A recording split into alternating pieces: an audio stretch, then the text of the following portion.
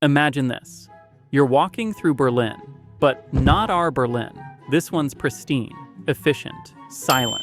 German flags hang from every building. Everyone speaks the same language, eats the same food, wears the same uniform. This is not Germany. This is the capital of the world.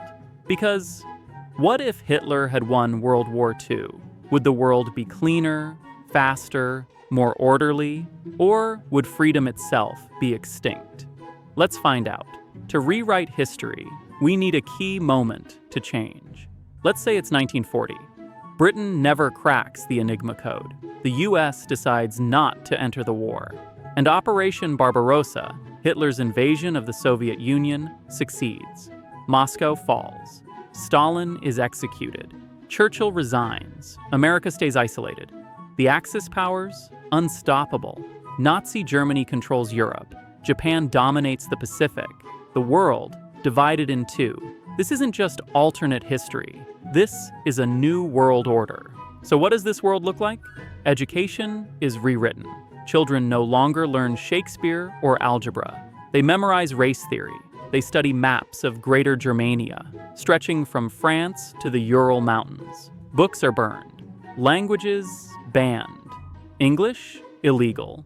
Slavic languages erased. Science advances, but only what the regime approves. Rocketry, nuclear physics, jet propulsion. Yes, the Nazis pushed technology forward. But at what cost? Genetic experiments become state policy. Dissent becomes treason. And freedom of thought? A criminal act. You're not a citizen in this world. You're a subject, owned by the state.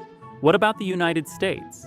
If the Axis had won early, there's a chance. America might have negotiated. Some historians believe a German-American Cold War could have begun. A world split like a cracked mirror, West versus East. Not democracy versus communism, but democracy versus fascism, or worse.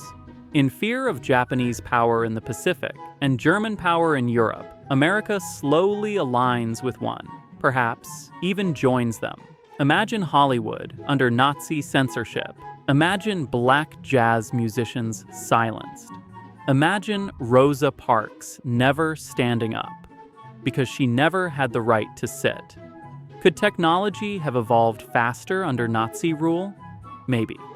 They pioneered the first jet aircraft, the first ballistic missiles. Even space travel concepts were in development. But here's the catch. Innovation without ethics is a weapon, not progress. Computers used for surveillance, not connection. DNA research used for eugenics, not health. And the cost?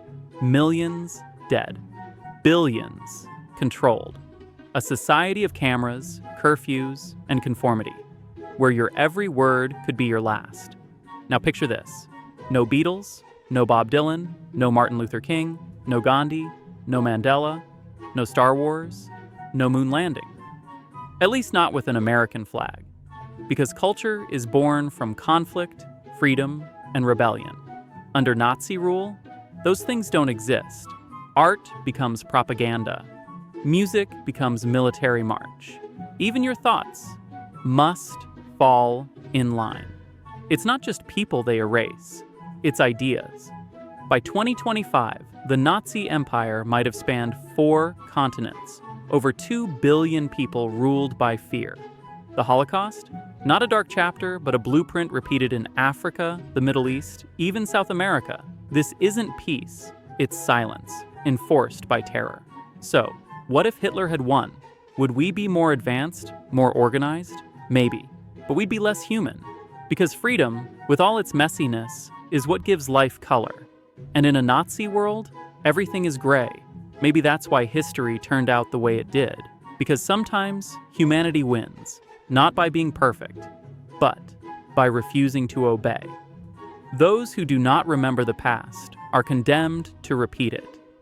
George Santayana, let this what if stay fiction, because reality is fragile, and freedom even more so.